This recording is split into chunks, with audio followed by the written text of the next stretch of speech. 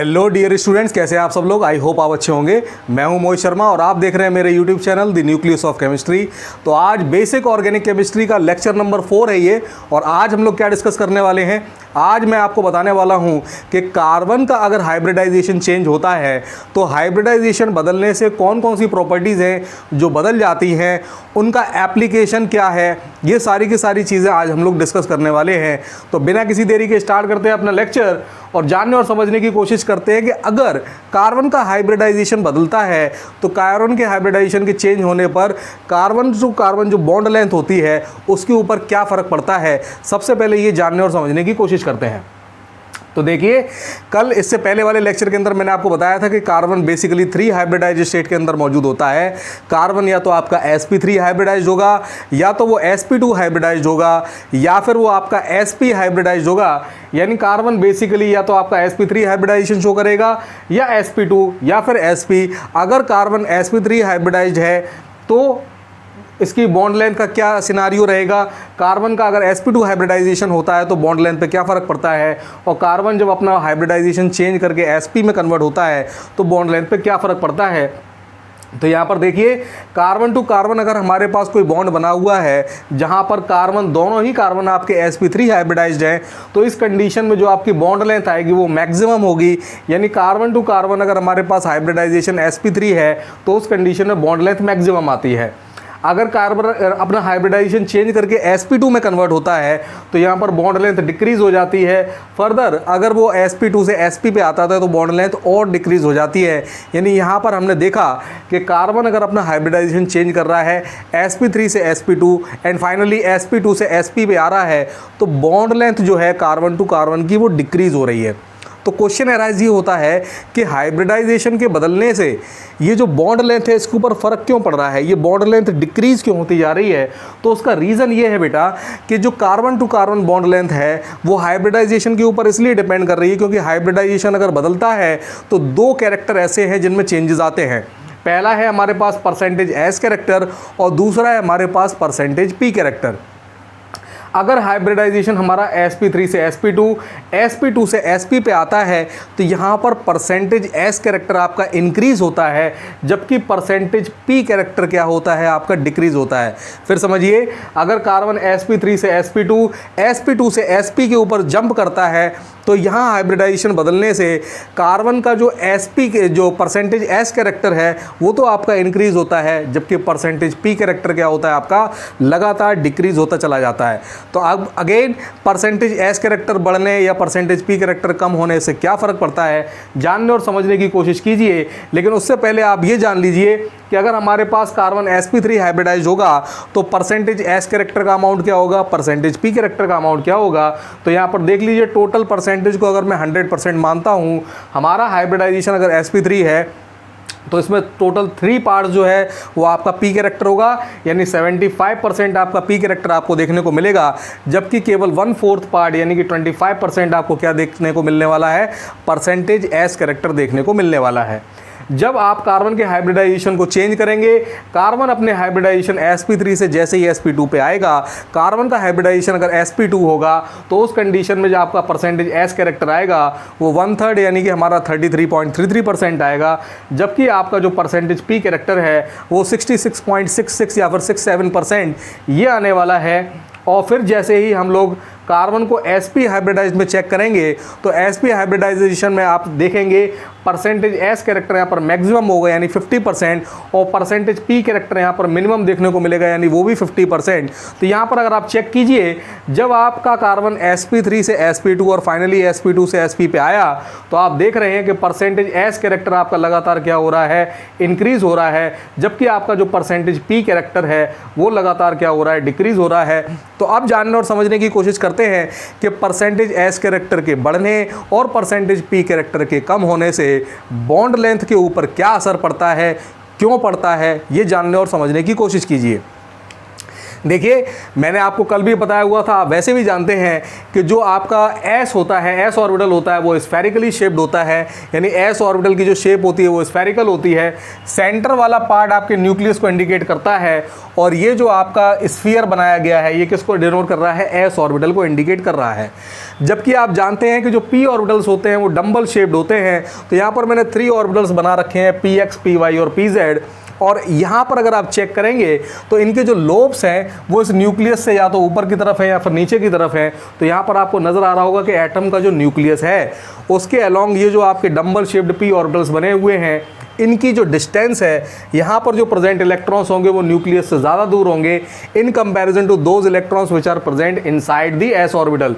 जो S orbital के अंदर इलेक्ट्रॉन्स प्रेजेंट होंगे उनकी जो नज़दीकी होगी वो इलेक्ट्रॉन के पास होगी, यानी वो इलेक्ट्रॉन के जो न्यूक्लियस है उसके करीब होंगे वो इलेक्ट्रॉन्स। जबकि वो इलेक्ट्रॉन जो कि आपके पी ऑर्बिटल्स के अंदर हैं वो आपके न्यूक्लियस से क्या होंगे? दूर होंगे। तो अगर न्यूक्लियस के करीब होंगे इलेक्ट्रॉन्स तो क्या होगा? जो न्यूक्लियस है उनका उन इलेक्ट्रॉन्स के ऊपर जो अट्रैक्शन फोर्स है वो ज़्यादा लगेगा।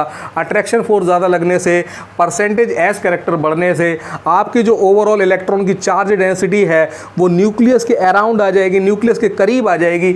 यानी इसका मतलब ये है कि जो आपकी ओवरऑल चार्ज डेंसिटी है, यानी जो बॉन्ड लेंथ है, वो धीरे धीरे क्या होगी? आपकी डिक्रीज हो जाएगी अगर मैं क्या बढ़ाता हूँ? Percentage S character.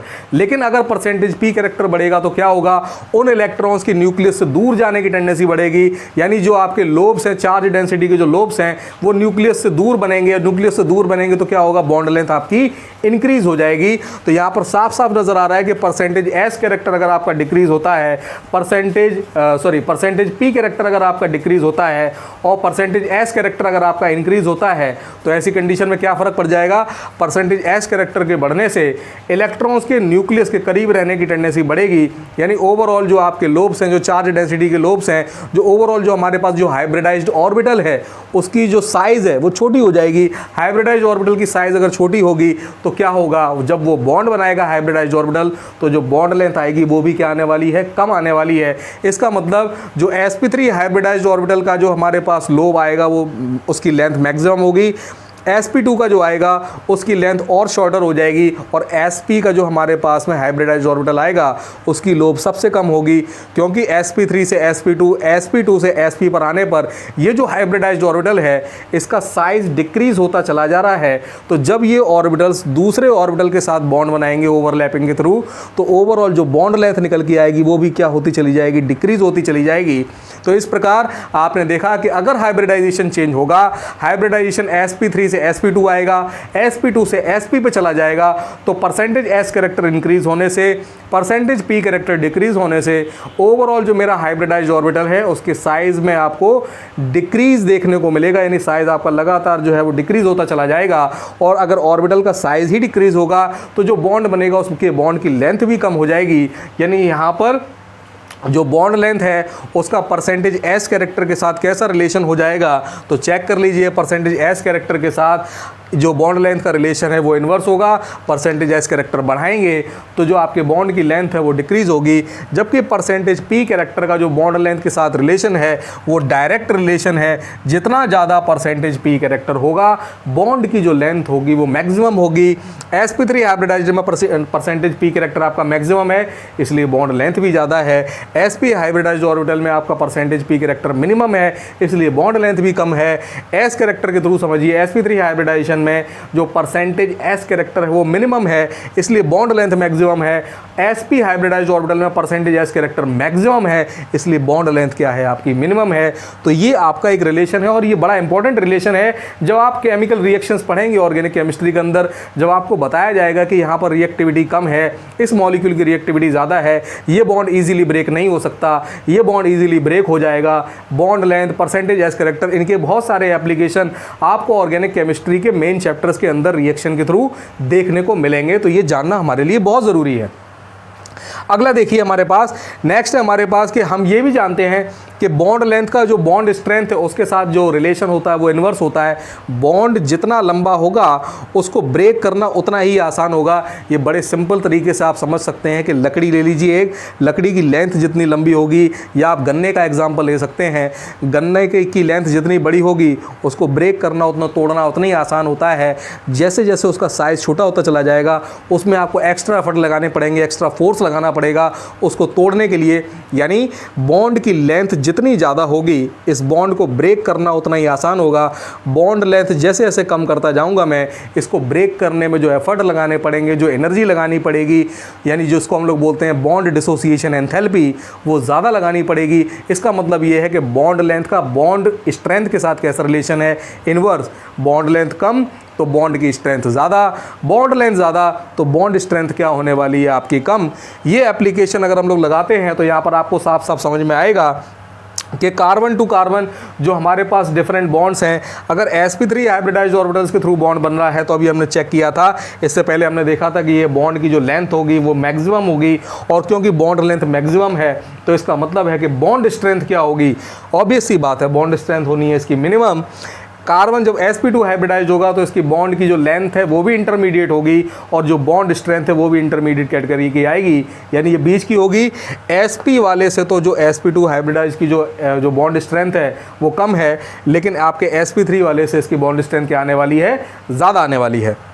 जब आपका कार्बन sp हाइब्रिडाइज होगा तो उस कंडीशन में क्या होगा, sp हाइब्रिडाइज के कंडीशन में आपकी बॉन्ड लेंथ क्योंकि मिनिमम होगी, बॉन्ड लेंथ मिनिमम तो बॉन्ड स्ट्रेंथ आपकी मैक्सिमम। यानी कार्बन sp हाइब्रिडाइज जब होगा और जब वो बॉन्ड बनाएगा अपने किसी दूसरे sp हाइब्रिडाइज ऑर्बिटल कार्बन के साथ में, तो बॉन्ड लेंथ शॉर्टर होने की वजह से ये बॉन्ड को तोड़ना बहुत आसान नहीं होगा। ये बॉन्ड जो स्ट्रेंथ है वो आपकी कैसी आएगी, मैक्सिमम आएगी।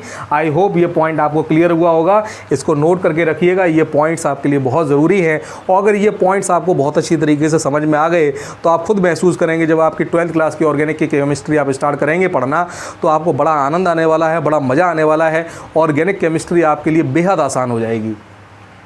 नेक्स्ट देखिए हमारे पास ये जो इलेक्ट्रोनेगेटिविटी है इसका परसेंटेज एस कैरेक्टर के साथ में क्या रिलेशन है, ये भी बहुत इंपॉर्टेंट पॉइंट है हमारे लिए ये जानना और समझना कि इलेक्ट्रोनेगेटिविटी के ऊपर क्या फ़र्क पड़ता है अगर परसेंटेज एस कैरेक्टर चेंज होता है तो। लेकिन उससे पहले ये समझ लीजिए, मैं एक बार फिर से आपको बता देता हूँ कि what do you understand by the term electronegativity. Electronegativity का मतलब क्या होता है, देखिए किसी भी बॉन्ड के अंदर जब भी कोई आपके दो एटम्स बॉन्ड बनाते हैं, कोवलेंट बॉन्ड बनाते हैं, तो उसमें से अगर एक एटम आपका ऐसा है जिसकी इलेक्ट्रोनेगेटिविटी ज़्यादा है दूसरे के कंपैरिजन में, तो इस इलेक्ट्रोनेगेटिविटी का मतलब क्या है, ये टेंडेंसी है किसी भी एटम की कि जब वो किसी बॉन्ड में पार्टिसिपेट करता है तो उन बॉन्डेड पेयर ऑफ इलेक्ट्रॉन्स को वो अपनी ओर खींचने की टेंडेंसी रखता है। यानी it is basically a tendency to pull the shared pair of electron towards itself, अपनी ओर बॉन्डेड पेयर ऑफ इलेक्ट्रॉन या शेयर्ड पेयर ऑफ इलेक्ट्रॉन को खींचने की जो टेंडेंसी है उसी टेंडेंसी को हम लोग क्या बोलते हैं, इलेक्ट्रोनेगेटिविटी। यानी ये टेंडेंसी जिसकी जितनी ज़्यादा होगी वो बॉन्डेड पेयर ऑफ इलेक्ट्रॉन को अपनी ओर खिसका लेगा। इससे क्या फ़र्क पड़ेगा वो जीओसी में हम लोग समझेंगे। अभी तो आपको सिर्फ ये समझना है कि हम लोग इलेक्ट्रोनेगेटिविटी से क्या समझते हैं, तो बॉन्डेड पेयर ऑफ इलेक्ट्रॉन को अपनी ओर खींचने की टेंडेंसी कहलाएगी इलेक्ट्रोनेगेटिविटी। अब परसेंटेज एस कैरेक्टर चेंज होने से इलेक्ट्रोनेगेटिविटी के ऊपर क्या चेंजेस आएंगे, तो ध्यान रखिए परसेंटेज एस कैरेक्टर का इलेक्ट्रोनेगेटिविटी के साथ डायरेक्ट रिलेशन है। यानी जितना ज़्यादा परसेंटेज एस कैरेक्टर होगा उतनी ही ज़्यादा क्या होगी, आपके कार्बन की इलेक्ट्रोनेगेटिविटी होगी। अब क्वेश्चन अगेन वही है कि परसेंटेज एस कैरेक्टर बदलने से इलेक्ट्रोनेगेटिविटी के ऊपर फ़र्क क्यों पड़ा। मैंने अभी आपको बताया परसेंटेज एस कैरेक्टर का बढ़ना क्या इंडिकेट कर रहा है कि इलेक्ट्रॉन्स की जो टेंडेंसी है वो अब न्यूक्लियस के पास रहने की ज़्यादा है, और न्यूक्लियस के पास अगर इलेक्ट्रॉन्स रहेंगे तो ऑब्वियस सी बात है न्यूक्लियस का जो पुलिंग फोर्स है, जो अट्रैक्शन फोर्स है उनके ऊपर ज़्यादा लगेगा, तो इलेक्ट्रोनेगेटिविटी क्या होगा, बढ़ जाएगी, इंक्रीज़ हो जाएगी। तो जितना ज़्यादा परसेंटेज एस कैरेक्टर उतनी ही ज़्यादा क्या होगी, आपके कार्बन की इलेक्ट्रोनेगेटिविटी होगी। याद रखिएगा, और इस पॉइंट को याद रखते हुए फाइनली हम लोग देखते हैं कि कार्बन अगर sp3 हाइब्रिडाइज है, कार्बन अगर sp2 हाइब्रिडाइज है, कार्बन अगर हमारा sp हाइब्रिडाइज है, तो यहाँ पर परसेंटेज s कैरेक्टर के बढ़ने या कम होने से इलेक्ट्रोनेगेटिविटी के ऊपर क्या फ़र्क पड़ रहा है। तो sp3 में क्योंकि परसेंटेज s कैरेक्टर आपका मिनिमम है, तो यहाँ पर आपकी जो इलेक्ट्रोनेगेटिविटी आएगी, जिसको मैं En1 से रिप्रेजेंट कर रहा हूँ, वो मिनिमम होगी। कार्बन जब sp2 हाइब्रिडाइज होगा तो आपका जो परसेंटेज s कैरेक्टर है वो इंटरमीडिएट होगा, तो इसकी जो इलेक्ट्रोनेगेटिविटी आएगी वो sp3 कार्बन और sp कार्बन के बीच की होगी। जब कार्बन आपका sp हाइब्रिडाइज होगा तो यहाँ पर परसेंटेज s कैरेक्टर क्योंकि मैक्सिमम होगा, इसका मतलब ये है कि यहाँ पर जो कार्बन है उसकी इलेक्ट्रोनेगेटिविटी क्या होने वाली है, मैक्सिमम होने वाली है। ये सारी की सारी चीज़ें हमको देखने को मिली। इनसे क्या होता है आपका, इसीलिए आप देखते हैं कि एल्केन, एल्कीन्स और एल्काइंस डिफरेंट तरीके की रिएक्शंस को शो करते हैं। आपको एसिडिक कैरेक्टर केवल और केवल एल्काइन में देखने को मिलता है। हम लोग एल्केन और एल्कीन के अंदर एसिडिक कैरेक्टर की बात नहीं करते। तो उसकी वजह क्या है? उसकी वजह है कार्बन के हाइब्रिडाइज्ड ऑर्बिटल का बदलना। कार्बन जब अपने हाइब्रिडाइज्ड ऑर्बिटल को चेंज करता है sp3 से sp2, sp2 से sp में आता है, तो परसेंटेज s कैरेक्टर बदलता है। और परसेंटेज s कैरेक्टर बदलने से बहुत सारी चीज़ें बदल जाती हैं। बॉन्ड लेंथ बदल जाती है, बॉन्ड स्ट्रेंथ बदल जाती है, इलेक्ट्रोनेगेटिविटी के ऊपर चेंजेस आ जाते हैं। तो ये जो सारे रिलेशन हैं माइंड में रखिए, समझ के रखिए, ये बड़े इंपॉर्टेंट है हमारे लिए जानना और समझना। आई होप आज जो मैंने आपको इंपॉर्टेंट चीज़ें बताई, हाइब्रिडाइजेशन के जो एप्लीकेशन बताए, जो कार्बन के ऊपर अप्लाई होते हैं और कार्बन कंपाउंड्स के ऊपर अप्लाई होते हैं, वो आपको बहुत ही अच्छी तरीके से समझ में आए होंगे। ठीक है, सीरीज़ के साथ बने रहिए।